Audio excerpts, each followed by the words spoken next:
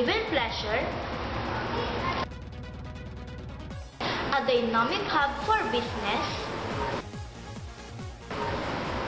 a major center of trade, agriculture, and commerce, and international destination.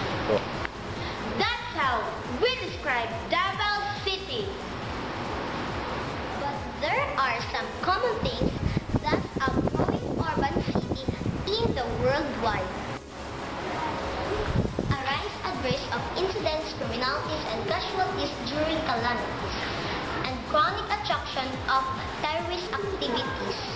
Because of those things happen in the city, the government of Davao creates their own Central Communication and Emergency Response Center or Central 911.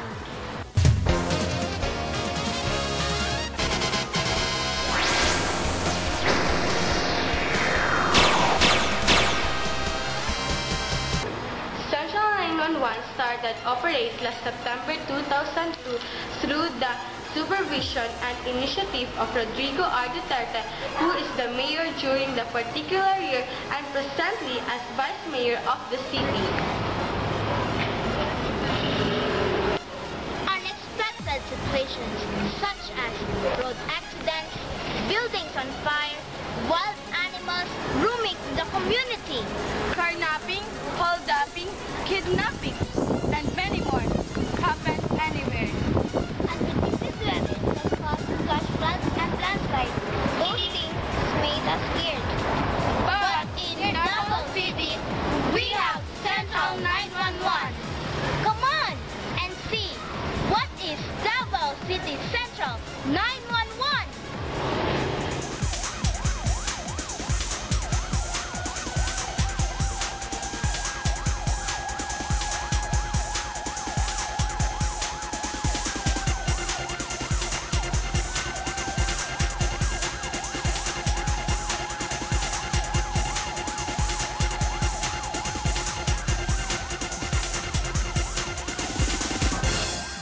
Davao City Central 911 is proud to itself as the third fully integrated 911 emergency response system outside the United States of America and Canada, and it is the first in Asia. Central 911 emergency system operates in a simple manner. Just dial 911 in their telephone or cellular phone, then that call will receive through their Central 911 call center coordinates with their 6 key units: call center, law enforcement, emergency medical services, urban search and rescue, fire auxiliary services, and canine units. Call center receives the call from the community. Law enforcement, Davao City Philippine National Police, and Task Force Davao coordinate with this system to maintain peace order in the city. Emergency medical service can do simple to more complex medical tasks and procedures with their high-tech ambulance to support their services. Urban search and rescue. The team is trained by the Armed Forces of the Philippines and Air Force to help the people in some incidents from the high area, within the land, and within the water. Fire auxiliary services. Central 911 is proud to say to have an in-house fire auxiliary volunteers being trained for some fires happen in the city. Canine unit. All the dogs are trained in Camp Crame to serve the people against terrorism. Here are some testimonies of the people helped by the Davao City Central 911. My husband had a heart attack during that time. I know kung hindi kinuha ng 911 ang asawa ko, probable na he really died. Akala ko may bayad ang 911, only to find out na it's really for free.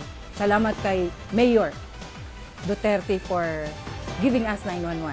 Aside from response nila, atiman ang pasyente. Bisa naa ka sa sulod dito, basta feel na kung murag naami sa hospital kung itong pag-adto ninyo. Kaya nga na magunang nahitabo sa mga hospital, kato yung monitoring kompleto.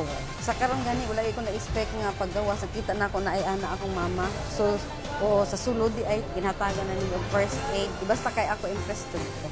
Nabangga ko sa tanker. Pasalamat yung maayo nga naay 911 nga nagtabang sa kwa. Siguro kung wala to sila, ambot og napaba ko diri karong kalibutan ni. Ang 911 ang pinaka-the best na programa ni Mayor Rodrigo Duterte na ay nahitabo sa vehicular accident. Walay lain ang akong gitawagan sa akong cellphone 911. Mutubag dayon. Wala ay 5 minutes na dayon ang 911. Mao na nga wa jud ko ikasulti sa 911, the best sa lahat.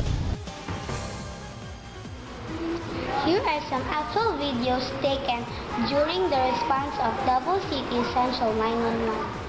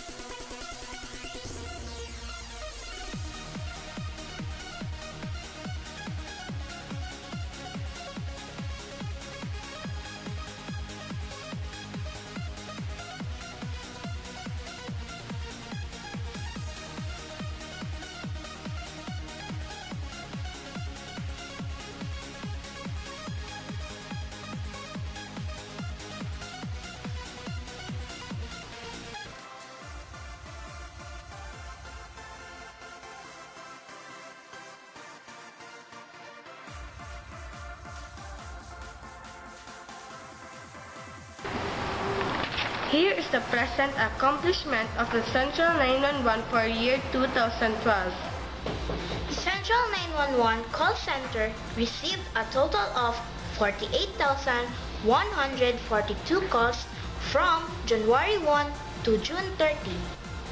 For the period from January 1 to June 31 of this year, a total of 12,730 calls were responded by the police with an average of 70 runs daily. Compared last year, with 14,034 total responded calls, a decrease of 9.29% is noted.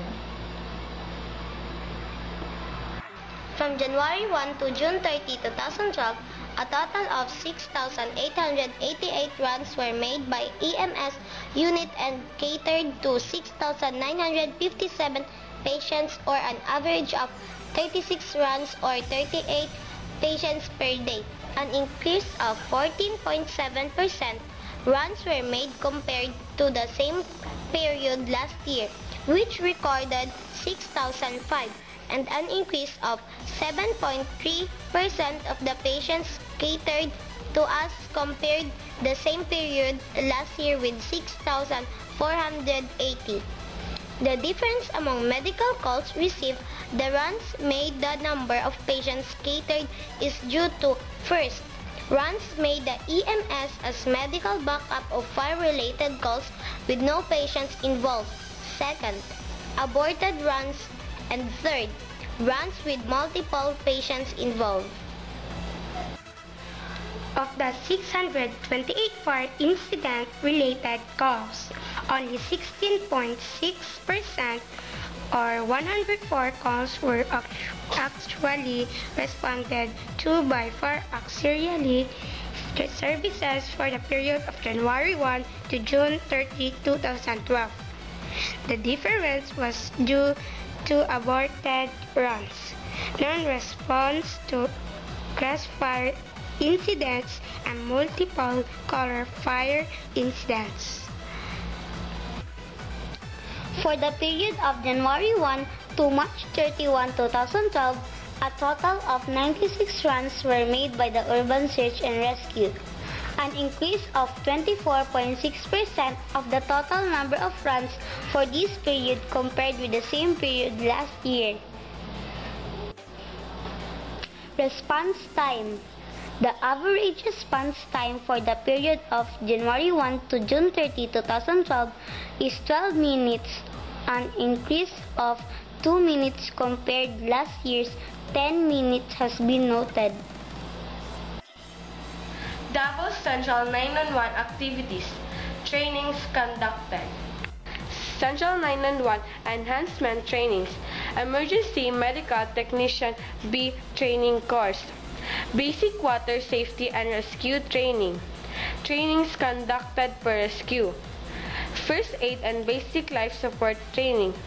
John Paul II College, Kennedy Global, CSSDO Marilog, Ateneo de Davao Student Security Force, Daycare Center Marilog District, Mergrande Resort, La Rose Beach Resort, NGCP, Pearl Farm Gacos, Brokenshire Turil, ADDU Nursing Students, 50-53rd PAF, Muslim Community Bangkal, Robert Monter Staff, Philippine Navy, Marco Polo Hotel Staff, Grand Menseng Hotel Staff.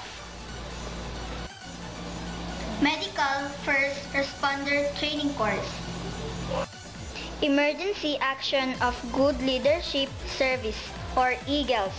Barangay Balyok Rescuers. Barangay Bago Aplaya Community Responder.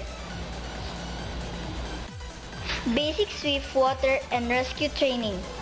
84th Infantry Battalion, PNP 11th Regional Public Safety Battalion, Rancho Palos Verdes Sports Club, Condor Search and Rescue Team, Robern Corporate. Aside from the 6 units operated by the Davao City Central 911, it has also an operations center which manages incidents or emergencies. This is called Disaster Operations Center or DOC. In times of emergency or calamity, this center taps all the responders or leaders of different agencies like the Traffic Police, Central 911, barangays, and utility companies such as the Davao Light to be aware of what to do or what to ready. Transform siya into tawag yan, disaster operations o center na siya. So, nandiyo mayroon in charge operations, may in charge logistics, may sa admin, may sa different, may mga responsibilities, mga functions there. Davao City Central 911 indeed to put in a concrete and complete action of the city government strike in the commitment to minimize if not totally suppress all forms of criminalities and to lessen if not totally prevent the calamities and common emergencies within the city.